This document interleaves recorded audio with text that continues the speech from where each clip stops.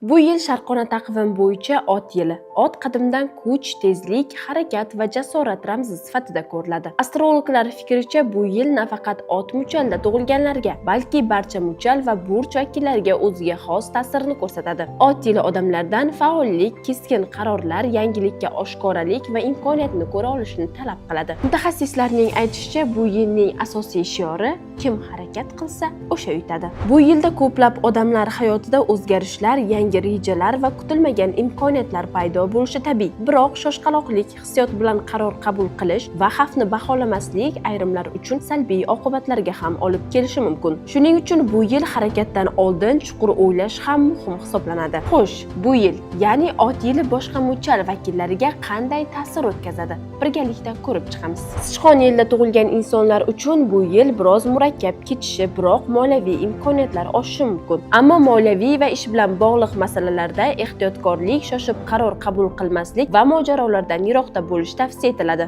Sigir muchali barqarorlikni xush ko'radi, biroq ot yili tezkorlikni talab qiladi. Rejalarni shoshmasdan puxta amalga oshirish mumkin. Yo'lbars muchali vakillari uchun ot yili omadli davr sanaladi.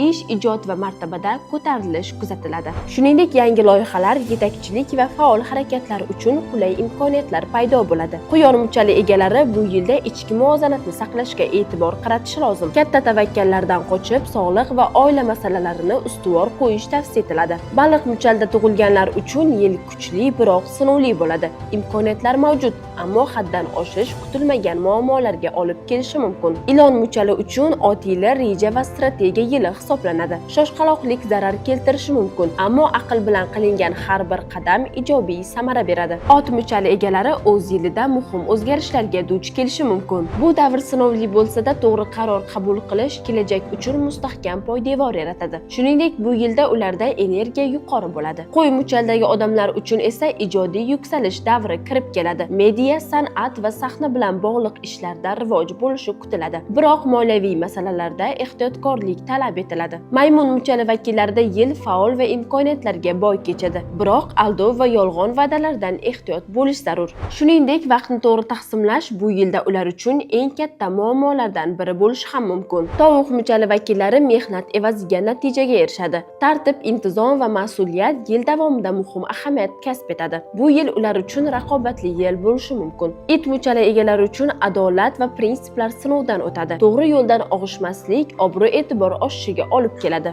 Bu muchalda tug'ilgan insonlar uchun bu yil munosabatlar yili bo'lib, oilaviy hayot oldinga chiqadi. To'ng'iz muchali vakillari uchun yil sokin kechadi. Sekin-asta rivojlanish, sog'liqni asrash va ortiqcha ishonchdan qochish tavsiya etiladi. Shuningdek, moliyaviy barqarorlikka ham erishishi mumkin. Xulosa qilib aytganda, ot yili jasoratli, faol va qat'iyatli insonlar uchun katta imkoniyatlar yili hisoblanadi. Harakat va sabr uyg'unligi muvaffaqiyat keltiradi. Demak, ot yili har bir insondan matonat, faol pozitsiya va o'z ustida ishlashni talab etadi. Imkoniyatlar esa ko'p bo'ladi.